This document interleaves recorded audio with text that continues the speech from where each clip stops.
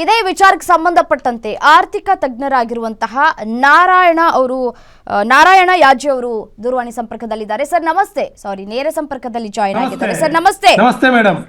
Sir, ಖುಷಿಯೂ ಆದಂತಹ ವಿಚಾರ, ಕೇಂದ್ರ ಸರ್ಕಾರ ಈ ಹೊಸ GST ಜಾರಿಗೆ ತೆಗೆದುಕೊಂಡು ಬರೋದ್ರ ಮೂಲಕ ಭಾರಿ ಬದಲಾವಣೆಯನ್ನ ಮಾಡ್ತಾ ಇದೆ. ಸೆಪ್ಟೆಂಬರ್ನ ಹೊಸ ಕ್ರಾಂತಿ ಅಂತ ನಾವು ಈ ರಾಜಕೀಯದಲ್ಲಿ ಬಳಕೆ ಮಾಡ್ಕೊಳ್ತಾ ಇದ್ವಿ. ಬಟ್ ಆದ್ರೆ ಕೇಂದ್ರ ಈ GST ಬದಲಾವಣೆ ಮಾಡೋದ್ರ ಮೂಲಕ ಹೊಸ ಕ್ರಾಂತಿಯನ್ನೇ ಆರಂಭ ಮಾಡಿದೆ. ಇದರಿಂದ ಜನಸಾಮಾನ್ಯರಿಗೆ ಯಾವ ರೀತಿಯಾದಂತಹ ಪ್ರಯೋಜನ ಆಗತ್ತೆ ಅಂತ ಹೇಳಿ?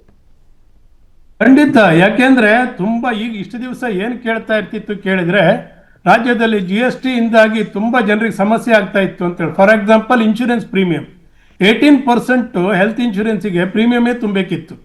ಒಂದು 50,000 ರೂಪಾಯಿ ಇನ್ಶೂರೆನ್ಸ್ ತುಂಬಬೇಕಾಗಿದ್ರೆ ಅದರಲ್ಲಿ 9,000 ಅಡಿಷನಲ್ ಪ್ಲಸ್ ಬೇರೆದೆಲ್ಲ ಸೇರಿದ್ರೆ ಅಂದ್ರೆ ಹತ್ರ 10,000 ರೂಪಾಯಿ ಉಳಿತದೆ ಒಂದು 50,000 ರೂಪಾಯಿನ ಪ್ರೀಮಿಯಮಿಗೆ ಜನಸಾಮಾನ್ಯರಿಗೆ. ಅದರಲ್ಲಿ ಆಮೇಲೆ ಇವತ್ತು ಕಾರು ಮತ್ತೆ ಮೊಬೈಲ್ ಅನ್ನ ನಾವು ಲಕ್ಸುರಿ ಗೂಡ್ಸ್ ಅಂತೇಳಿ ಹೇಳಲಿಕ್ಕೆ ಆಗೋದೇ ಇಲ್ಲ. ಅವೆಲ್ಲ ಎಸೆನ್ಷಿಯಲ್ ಆಗಿಬಿಟ್ಟಿದೆ. ಆಮೇಲೆ ರೆಫ್ರಿಜಿರೇಟರು, ಇಂಥ ತುಂಬಾ ದಿನಬಳಕೆ ಉಪಯೋಗವಾಗುವಂತ ವಸ್ತು ಇದೆಯಲ್ಲ, ಅವೆಲ್ಲವುದ್ರ ಮೇಲೆ ತುಂಬಾ ಕಡಿಮೆ ಇಫೆಕ್ಟಿವ್ ಆಗಿ ಆಗ್ತಾ ಇದೆ.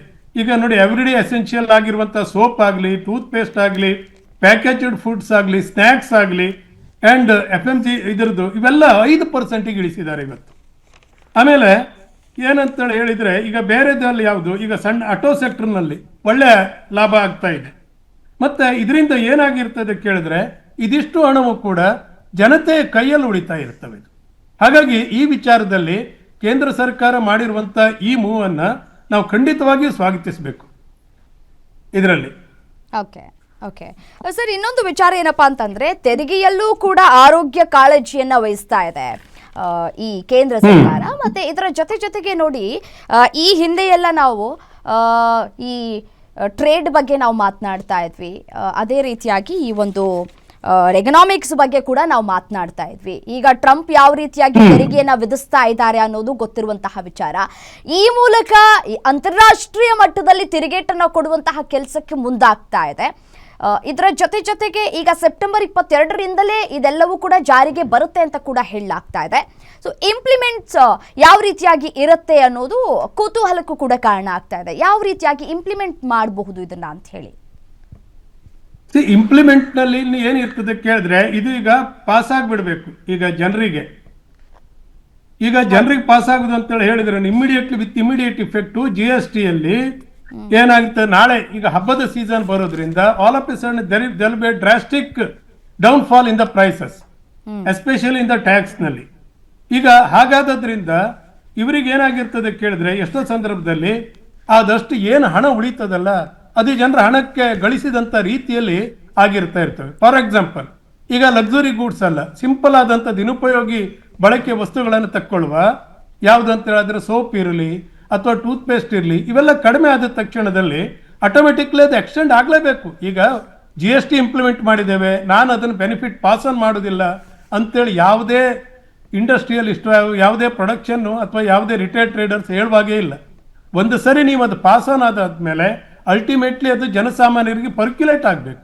ಆ ಪರ್ಕ್ಯುಲೇಟ್ ಆಗುವಂತ ರೀತಿಯಲ್ಲಿ ಇದು ಖಂಡಿತವಾಗಿಯೂ ಸಹಕಾರಿಯಾಗಿರ್ತವೆ ಅಂತೇಳಿ ಹೇಳ್ಬೋದು.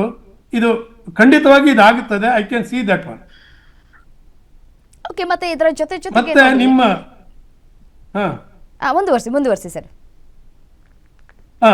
ಮತ್ತೆ ಏನಾಗಿರ್ತವೆ ಕೇಳಿದ್ರೆ, ಈಗಾಗಲೇ ನಮ್ಮ GST ಕಲೆಕ್ಷನ್ 2 ಲಕ್ಷ ಕೋಟಿ ದಾಟಿದೆ. ಆದ್ರೆ ಈ ಸಂದರ್ಭದಲ್ಲಿ ಒಂದನ್ನು ನಾನು ಇಲ್ಲಿ ಹೇಳಲಿಕ್ಕೆ ಇಚ್ಛೆ ಪಡ್ತಾ ಇದ್ದೇನೆ.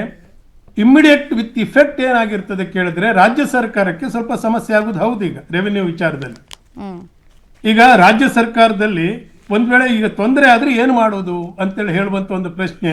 ಹಾಗಾಗಿ ರಾಜ್ಯ ಸರ್ಕಾರ ಜನಸಾಮಾನ್ಯರಿಗೆ ಅದನ್ನು ಪಾಸ್ ಮಾಡ್ಲಿಕ್ಕೆ ಬಿಡ್ತದ ಅಂತ. ಈಗ ಏನಾಗಿರ್ತದೆ, ಯಾವಾಗ ಜನಸಾಮಾನ್ಯರಿಗೆ ಹೆಚ್ಚಿನ ಸಂದರ್ಭದಲ್ಲಿ ಖರೀದಿ ಮಾಡ್ಲಿಕ್ಕೆ ಸಾಧ್ಯ ಆಗ್ತದೋ ಆತ ಹೆಚ್ಚಿಗೆ ಖರೀದಿ ಮಾಡ್ತಾ ಇರ್ತಾನೆ. ಆಗ ಆಟೋಮೆಟಿಕ್ಲಿ ಒಂದು 3 ರಿಂದ 6 ತಿಂಗಳ ರೇಂಜ್ ಅಲ್ಲಿ ಏನು ಲಾಸ್ ಆಗ್ತಾ ಇದೆಯಲ್ಲ, ಅದು ಖಂಡಿತವಾಗಿಯೂ ಕಂಪನ್ಸೇಟ್ ಆಗ್ತದೆ. ಇಮ್ಮಿಡಿಯೇಟ್ ಇಫೆಕ್ಟ್ ನಲ್ಲಿ ಸ್ವಲ್ಪ ತೊಂದರೆ ಆಗ್ತದೆ. ಬಟ್ GST ಕೌನ್ಸಿಲ್ ಆ ವಿಚಾರದಲ್ಲಿ ಸೈಲೆನ್ಸ್ ಇದೆ. ಏನು ಮಾಡಬೇಕು, ರಾಜ್ಯ ಸರ್ಕಾರಕ್ಕೆ ಏನಾದರೂ ಕಂಪನ್ಸೇಷನ್ ಕೊಡಬೇಕು ಅಂತೇಳಿ ಹೇಳುದ್ರಲ್ಲಿ ಸ್ವಲ್ಪ ಸೈಲೆನ್ಸ್ ಆಗಿ ಈ ವಿಚಾರದಲ್ಲಿ ಇದೆ. ಅದು ಮಾನ್ಯ ಮುಖ್ಯಮಂತ್ರಿಗಳು ಹೇಳುತ್ತಿರುವಂತ ವಿಚಾರದಲ್ಲಿ ಆ ವಿಚಾರವನ್ನು ಕೂಡ ಅವರು ವಿಚಾರ ಮಾಡಬೇಕಿತ್ತು. ಆದ್ರೆ ಈಗ ಜನಸಾಮಾನ್ಯರಿಗೆ ಅನುಕೂಲ ಆಗುವುದರಿಂದ ಈ ವಿಚಾರದಲ್ಲಿ GST ಈ ಅತ್ಯಂತ ಡ್ರಾಸ್ಟಿಕ್ ಆಗಿ ಕಡಿಮೆ ಆಗೋದು. ಎರಡನೇದಾಗಿ ಟೊಬಾಕೋಗೆ 40% ರೇಟ್ ಇದ್ದಾರೆ. ಟೊಬಾಕೋ ಸಿಗರೇಟ್ಸ್ಗಳಿಗಾಗಲಿ ಅಥವಾ ಕೋಲ್ಡ್ ಡ್ರಿಂಕ್ಸ್ಗೆ ಇದು ಅಮೆರಿಕಕ್ಕೊಂದು ಇಂಡೈರೆಕ್ಟ್ ಹೊಡೆತ ಅಂತೇಳಿ ಹೇಳೋದು ನಾನು. ಯಾಕೆಂದ್ರೆ ಕೋಕೋ ಕೋಲಕ್ಕೆ ಇವಕ್ಕೆಲ್ಲ 40% ಆದ್ರೆ ಆಟೋಮೆಟಿಕ್ಲಿ ಅವ್ರ ರೇಟು ಈಗಿರೋದಕ್ಕಿಂತ 40% ಎಕ್ಸ್ಟೆಂಡ್ ಆಗಿಬಿಡ್ತವೆ. ಇಲ್ಲಿ ತನಕ 12ರಿಂದ 18% ಇರುವಂತದ್ದು ಅಲ್ಲಿಗಾಗ್ತದೆ. ಒಂದು ಲೆಕ್ಕದಲ್ಲಿ ಇಂಡೈರೆಕ್ಟ್ಲಿ ಇದು ಇಂಟರ್ನ್ಯಾಷನಲ್ ಟ್ರೇಡಿಗೆ ಒಂದು ಹೊಡೆತ ಅಂತೇಳಿ ಹೇಳ್ಬೋದು. ಅವರಿಗೂ ಒಂದು ಸರಿಯಾದಂತ ಪಾಠ ಕಲಿಸಿದ್ದೇವೆ ಅಂತೇಳಿ ಹೇಳ್ಬೋದು. ಹೌದು ಹೌದು. ಮತ್ತೆ ನೋಡಿ, ಶಿಕ್ಷಣಕ್ಕೂ ಕೂಡ ಇಲ್ಲಿ ಬಹಳ ಪ್ರಾಮುಖ್ಯತೆಯನ್ನ ಕೂಡ ನೀಡಲಾಗಿದೆ. ಈ ಪೆನ್ಸಿಲು, ಈ ಸ್ಕೆಚ್ ಪೆನ್ಸು, ಇದೆಲ್ಲದಕ್ಕೂ ಕೂಡ ನಾವು GST ಕಟ್ಟಬೇಕಾಗಿತ್ತು. 12% GST. ಈ ಬಡವರು ಬಹಳ ಕಷ್ಟವನ್ನ ಪಡ್ತಾ ಇದ್ರು. ಮಕ್ಕಳನ್ನ ಶಾಲೆಗೆ ಕಳಿಸ್ಬೇಕಾ ಬೇಡವಾ, ಅದಕ್ಕೂ GST ಕಟ್ಟಬೇಕು. ತಿನ್ನೋಕ್ ಒಂದೆರಡು ಹೊತ್ತು ಅನ್ನ ಸಿಕ್ಕಿದ್ರೆ ಸಾಕು ಅನ್ನೋಷ್ಟ್ರ ಮಟ್ಟಿಗೆ ಪಾಪ ಕಷ್ಟ ಪಡ್ತಾ ಇರ್ತಾರೆ. ಅಂತವ್ರಿಗೂ ಇಲ್ಲಿ ಲಾಭ ಮಾಡಿಕೊಳ್ಳಲಾಗಿದೆ. ಪುಸ್ತಕಗಳಲ್ಲೂ ಕೂಡ 12% GST ಇತ್ತು, ಅದನ್ನು ಕೂಡ 0% ಮಾಡಲಾಗಿದೆ. ನಿಜಕ್ಕೂ ಇದು ವಿದ್ಯಾರ್ಥಿಗಳಿಗೂ ಕೂಡ ಲಾಭವನ್ನ ತರಿಸ್ತಾ ಇದೆ. ಅದನ್ನು ಕೂಡ ಗಮನದಲ್ಲಿ ಇಟ್ಕೊಂಡಿದೆಯಲ್ಲ ಕೇಂದ್ರ ಸರ್ಕಾರ. ನಿಜಕ್ಕೂ ಈ ಸಣ್ಣ ಪುಟ್ಟ ವ್ಯಾಪಾರಿಗಳು ಮತ್ತೆ ಈ ಬೀದಿ ಬದಿ ವ್ಯಾಪಾರಿಗಳಿಗೂ ಕೂಡ ಲಾಭ ಆಗ್ತಾ ಇದೆ. ಖಂಡಿತ ಬೀದಿ ಬದಿ ಇಲ್ಲ. ಯಾಕೆಂದ್ರೆ ಈಗ ಕಳೆದ ವರ್ಷ ನಮ್ಮ UPI ವಿಚಾರದಲ್ಲಿ ಒಂದು ಸಮಸ್ಯೆ ಬಂತು.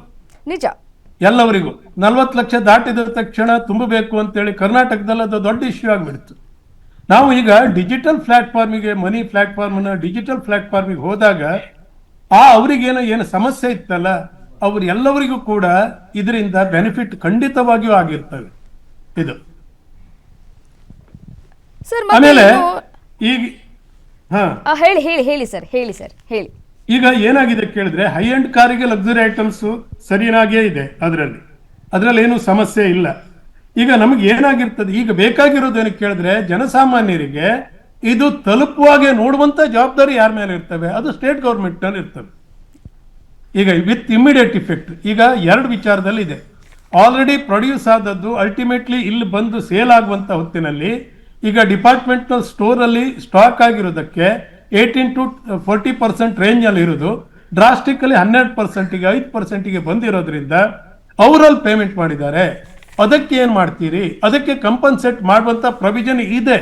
ಬಟ್ ಇದನ್ನ ಕಾಮರ್ಸ್ ಮಿನಿಸ್ಟ್ರಿ ಅವರು ಕಂಪಲ್ಸರಿಯಾಗಿ ಆ ಬೆನಿಫಿಟ್ ಅನ್ನ ಕಸ್ಟಮರಿಗೆ ಪಾಸ್ ಆನ್ ಮಾಡುವಂತೆ ನೋಡ್ಕೊಳ್ಳುವಂತ ಜವಾಬ್ದಾರಿ ಅವರಿಗೆ ಇರ್ತದೆ. ಈಗ ಆರ್ಗನೈಸರ್ ಸೆಕ್ಟರ್ಸ್ ನಲ್ಲಿ ಬೀದಿ ಬದಿ ವ್ಯಾಪಾರಿಗಳಿಗಾಗಲಿ ಅವರಿಗೇನು ಸಮಸ್ಯೆ ಆಗೋದಿಲ್ಲ.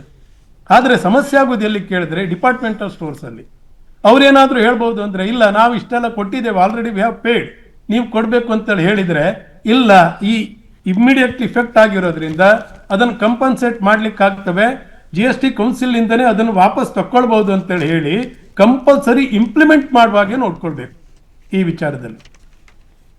ಓಕೆ ಸರ್, ಇದ್ರ ಜೊತೆಗೆ ನೋಡಿ, ಆರೋಗ್ಯ ಅಂತ ಬಂದಂತಹ ಸಂದರ್ಭದಲ್ಲಿ ಕ್ಯಾನ್ಸರ್ ಪೇಷಂಟ್ಗಳಿಗೆ ಈ GST ಕೂಡ ಹಾಕ್ಲಾಗ್ತಾ ಇತ್ತು. ಅವರು ಕೂಡ ಈ ಕ್ಯಾನ್ಸರ್ ಅಂತಂದ್ರೆ ಸಣ್ಣ ಪುಟ್ಟ ಕಾಯಿಲೆ ಅಂತೂ ಅಲ್ವೇ ಅಲ್ಲ ಸರ್, ಸಾಕಷ್ಟು ಖರ್ಚು ಮಾಡಬೇಕು, ಲಕ್ಷಾಂತರ ರೂಪಾಯಿ ಹಣ ಖರ್ಚು ಮಾಡ್ಬೇಕು. ಅದ್ರ ಜೊತೆಗೆ ಈ GST ಬೇರೆ. ಇದ್ರ ಆರೋಗ್ಯ ಉಳಿಸ್ಕೊಳ್ಬೇಕಾ ಬೇಡ್ವಾ ಅಂತ ಹೇಳಿ ಅದರಲ್ಲೂ ಕೂಡ ತಾರತಮ್ಯವನ್ನ ಕೂಡ ಮಾಡ್ಲಾಗ್ತಾ ಇತ್ತು. ಮತ್ತೆ ಚಿಕಿತ್ಸೆ ಪಡೆದುಕೊಳ್ಳದೆ ಎಷ್ಟೋ ಜನ ನೊಂದು ಸಾವನ್ನಪ್ಪಿರೋರು ಕೂಡ ಉಂಟು.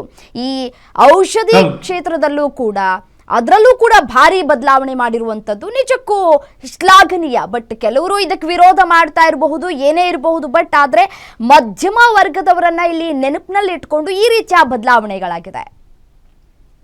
ಈಗ ಇದೊಂದು ಏನಾಗಿರ್ತದೆ ಕೇಳಿದ್ರೆ, ನಾವು GST ಇಂಪ್ಲಿಮೆಂಟ್ ಮಾಡಿದ ತಕ್ಷಣ ಒಂದು ಕ್ರಾಂತಿಕಾರಿ ಬದಲಾವಣೆ ಅಂತೇಳಿ ಕರೆದಿದ್ವಿ ಎಲ್ಲ ಆರ್ಥಿಕವಾಗಿ ವಿಚಾರ ಮಾಡುವಂಥವ್ರು.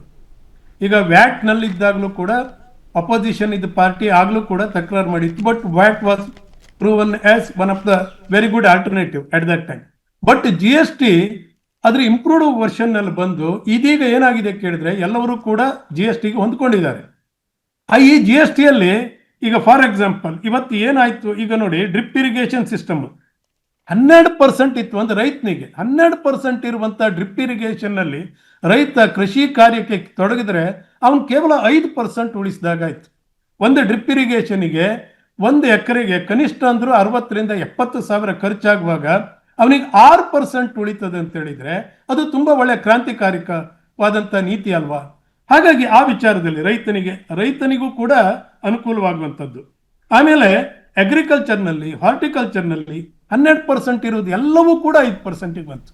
ಇವತ್ತು ರೈತ ಒಂದು ಬೆಳೆ ಸಾಲಕ್ಕಾಗಿ 1 ಎಕರೆ ಅವನಿಗೇನಾದ್ರೂ ಕಬ್ಬಿಗೆ 70,000 ರೂಪಾಯಿ ತಗೊಂಡ್ರೆ ಅವನಿಗೆ ಹತ್ರ ಒಂದು 10 ರಿಂದ 12,000 GST ಅಲ್ಲಿ ಹೋಗ್ತಿತ್ತು ಏನಾದ್ರೂ ಇಂಪ್ಲಿಮೆಂಟ್ ತಗೊಂಡಾಗ. ಬಟ್ ಅದರಲ್ಲಿ ಅವನಿಗೆ ಸರಾಸರಿ 8 ರಿಂದ 9,000 ಉಳಿತದೆ ಅಂತೇಳಿ ಹೇಳಿದ್ರೆ ರೈತನಿಗೂ ಕೂಡ ಅನುಕೂಲ ಅಂತೇಳಿ ಹೇಳ್ಬೇಕು. ಕೇವಲ ಸಣ್ಣ ಮಕ್ಕಳಿಗಲ್ಲ, ಮಧ್ಯಮ ವರ್ಗದವರಿಗೂ ಕೂಡ ಅಲ್ಲ. ಇದು ರೈತರಿಗೂ, ಮಧ್ಯಮ ವರ್ಗದವರಿಗೆ, ಮೇಲ್ಮಧ್ಯಮ ವರ್ಗದವರಿಗೆ ಹೈ ಎಂಡ್ ಅನ್ನು ಬೇಕಾದ್ರೆ ಯಾವ ಟು ಪೇ. ಈಗ ಲಕ್ಸುರಿ ಹೋಟೆಲಿಗೆ ಹೋಗ್ಬೇಕು, ನಾನು 100 ರೂಪೀಸ್ ಊಟ ಮಾಡ್ತೇನೆ, ತೊಂದರೆ ಇಲ್ಲ. ನಾನು 1,000 ರೂಪಾಯಿ ಕೊಟ್ಟು ಊಟ ಮಾಡ್ತೇನೆ, ಲೆಟ್ ದಮ್ ಪೇ, ಏನು ತೊಂದರೆ ಆಗೋದಿಲ್ಲ. ಅಷ್ಟು ಮಾಡುವವರಿಗೆ 18% ಕೊಡ್ಬೋದು. ನೀವು ಬೆಂಜ್ ಕಾರಿಯಲ್ಲಿ ತಿರುಗುವವರಿಗೆ 40% ಟ್ಯಾಕ್ಸ್ ಹಾಕಿ ಏನು ತೊಂದರೆ ಇಲ್ಲ. ಬಟ್ ಅಲ್ಟಿಮೇಟ್ಲಿ ಮಿಡ್ಲ್ ಕ್ಲಾಸ್ನವರು ಮಾರುತಿಯನ್ನು, ಹುಂಡೆಯನ್ನು, ಮತ್ತೊಂದನ್ನು ತಗೊಳ್ಳೋರಿಗೆ ಈಗ ಇರುವಂತ ಈ ಆಟೋಮೊಬೈಲ್ನಲ್ಲಿ 5% ಅಂದ್ರೆ ತುಂಬಾ ಉಳಿತದಲ್ವಾ ಅದು? ಹಾಗಾಗಿ ಸರ್, ಇದ್ರ ಜೊತೆಗೆ ಇನ್ನೊಂದು ವಿಚಾರ ಏನಪ್ಪಾ ಅಂತಂದ್ರೆ ವ್ಯಾಪಾರಸ್ಥರು ಇದನ್ನ ಹೇಗ್ ರಿಸೀವ್ ಮಾಡ್ತಾರೆ ಅಂತ ಹೇಳಿ. ಯಾಕೆಂತಂದ್ರೆ ಸಾಕಷ್ಟು ಕಳ್ಳಾಟ ಆಡುವಂತಹ ಸಾಧ್ಯತೆಗಳು ಕೂಡ ದಟ್ಟವಾಗಿದೆ. ಸೊ ಹಾಗಾಗಿ ನಾನು ಇದನ್ನ ಕೇಳ್ತಾ ಇದ್ದೀನಿ, ವ್ಯಾಪಾರಸ್ಥರಿಗೆ ಇದು ಹೊಡೆತ ಆಗತ್ತಾ ಅಥವಾ ಇಲ್ವಾ ಅಂತ ಹೇಳಿ. ಈಗ ಏನಿದೆ ಕೇಳಿದ್ರೆ ನಿಜವಾಗಿಯೂ ವ್ಯಾಪಾರಸ್ಥರಿಗೆ ಹೊಡೆತ ಇಲ್ಲ. ಯಾಕೆಂದ್ರೆ GST ಏನಿರ್ತದೆ ಕೇಳಿದ್ರೆ ಇವರು GST ಅನ್ನ ಅಲ್ಟಿಮೇಟ್ಲಿ ಪ್ರೊಡಕ್ಷನ್ ಲೆವೆಲ್ ಇಂದ ಸ್ಟಾರ್ಟ್ ಆಗಿ ಕನ್ಸ್ಯೂಮರ್ ಲೆವೆಲ್ಗೆ ಬರುವುದು. ಪ್ರೊಡಕ್ಷನ್ ಇಂದ ಹೋಲ್ಸೇಲ್ ಡೀಲರ್ ಇಂದ ಡಿಸ್ಟ್ರಿಬ್ಯೂಟರ್ ಇಂದ ಆಮೇಲೆ ರಿಟೇಲ್ ಟ್ರೇಡಿಗೆ, ಅಲ್ಲಿಂದ ಕನ್ಸ್ಯೂಮರಿಗೆ ಪ್ರತಿಯೊಬ್ಬರು ಕೂಡ GST ಅನ್ನ ಏನ್ ಕೊಡ್ತಾರಲ್ಲ ಅದನ್ನು ಕ್ಲೇಮ್ ಮಾಡ್ಕೊಳ್ಬಹುದು ಮೇಲ್ನವರಿಂದ ಇಲ್ಲ ತಕೊಂಡು. ಈಗ ಇವ್ರು ಏನ್ ಮಾಡ್ಬೇಕು ಕೇಳಿದ್ರೆ 5%, ಈಗ ಉದಾಹರಣೆಗೆ ಕೃಷಿ ಉತ್ಪನ್ನ ಅಥವಾ ಇನ್ಶೂರೆನ್ಸ್ ಪ್ರೀಮಿಯಂ, ಕೃಷಿ ಉತ್ಪನ್ನನೇ ತಕೊಳ್ಳೋಣ. ನಿನ್ನೆ ಡೇಟಿಗೆ ಒಬ್ಬನು ಪರ್ಚೇಸ್ ಮಾಡಿದ್ದಾನೆ 12%ಗೆ.